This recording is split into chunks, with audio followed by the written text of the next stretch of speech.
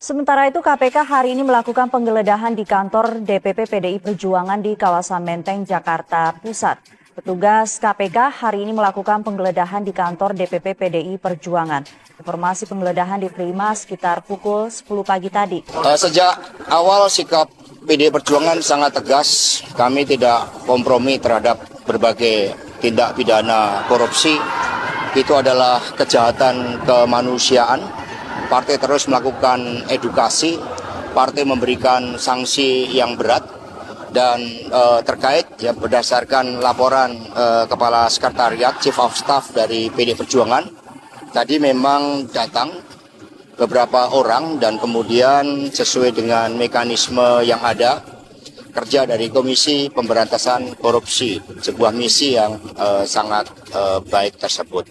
Jadi informasi terhadap penggeledahan, terhadap adanya pensegelan itu benar, tetapi dan ini yang tidak kami mau itu terjadi seperti itu. Makanya Sekjen sudah menyampaikan bahwa kita akan mengambil langkah secara hukum dengan menunjukkan bukti-bukti yang ada secara keseluruhan. Tetapi kami memang menenggarai bahwa ini memang disengaja, memang ini sudah dipersiapkan, dan ini tentu akan kita minta proses hukum yang berlaku di negara kita dan juga diselidiki sampai tuntas. Peristiwa ini kita ambil hikmahnya bahwa sebenarnya inti dari adanya polemik ini sebenarnya kita sudah bisa menyimpulkan ya bahwa undang-undang KPK sekarang ini yang diberlakukan ini sudah nyata-nyata melemahkan, bukan melemahkan KPK-nya, melemahkan pemberantasan korupsinya.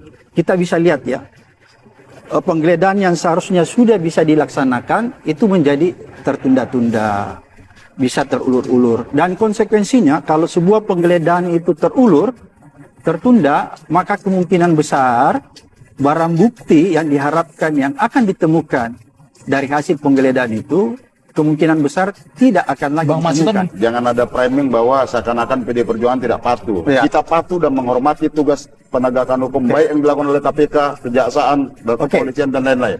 Tetapi ketika ada oknum yang bertindak atau tim yang bertindak atas nama penegakan hukum tapi tidak mentaati aturan hukum, itulah yang kita tentang.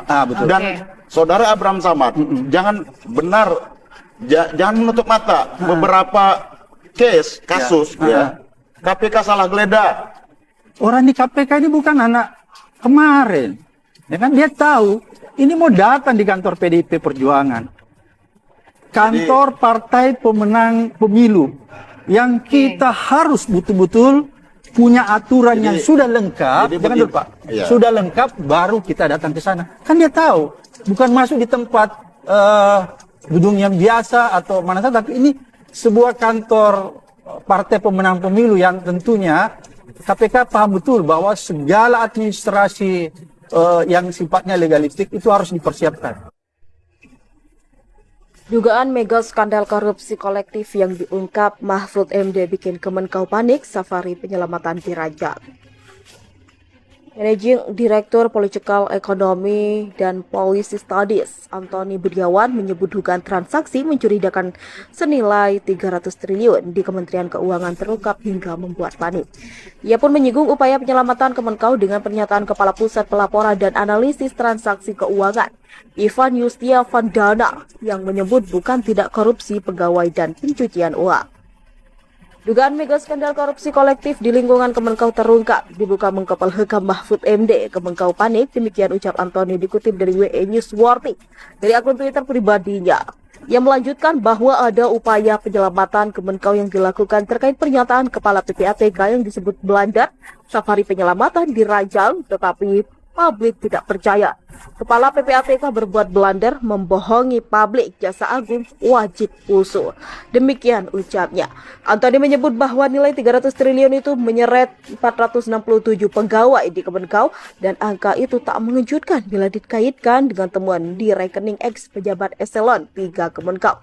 Rafael Alun Tri Sambodo, angka 300 triliun ini tidak mengejutkan, mungkin malah terlalu kecil. Kalau dibagi 467 orang yang diduga terlibat pencucian uang, maka masing-masing mempunyai mempunyai 642 miliar. Tidak jauh beda dengan peredaran uang di rekening Rafael Alun, pegawai pajak eselon 3. Demikian ucapnya. Sementara Kepala PPATK Ivan Yustiavandana buka suara lantaran dianggap mengklaim usai memastikan transaksi janggal senilai 300 triliun di Kemenkeu bukan hasil penyalahgunaan atau korupsi pegawai. Menteri Koordinator Bidang Politik, Hukum, dan Keamanan Menko-Polhukam Mahfud MD mengenang ucapan mantan Ketua KPK Abraham Samad tentang celah lebar korupsi di bidang pertambangan.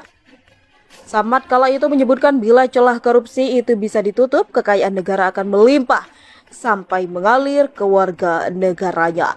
Ada informasi dari PPATK waktu itu, Abraham Samad mengatakan kalau saja di dunia pertambangan ini kita bisa menghapus celah-celah korupsi, setiap kepala orang Indonesia itu setiap bulan akan mendapatkan orang dan uang 20 juta tanpa kerja apapun termasuk anak kecil. Demikian ucap Mahfud pada Selasa 21 Maret 2023. 20 juta setiap bulan gratis dari negara. Demikian imbuh Mahfud. Hal itu disampaikan Mahfud dalam sambutannya di Sarasehan tentang isu strategis dengan tema sinkronisasi tata kelola pertambangan mineral utama perspektif politik, hukum, dan keamanan di Hotel Grand Sahid Tanah Abang, Jakarta Pusat.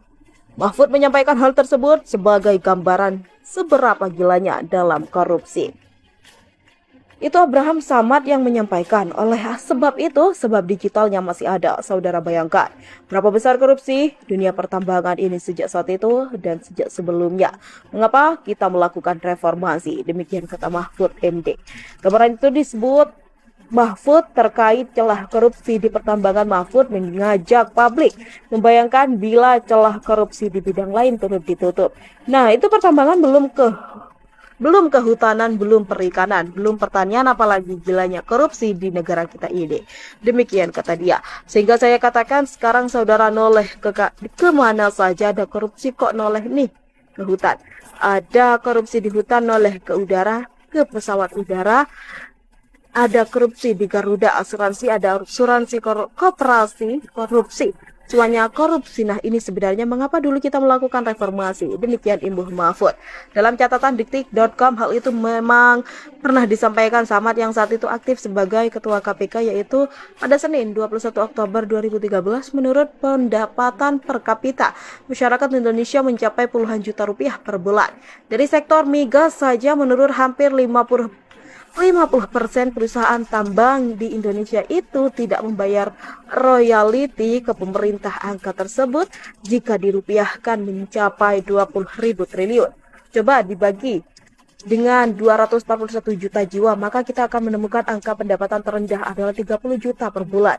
Demikian kata Abraham Samad dalam dialog kebangsaan di depan puluhan ribu buruh di Istora Senayan, Jakarta saat itu.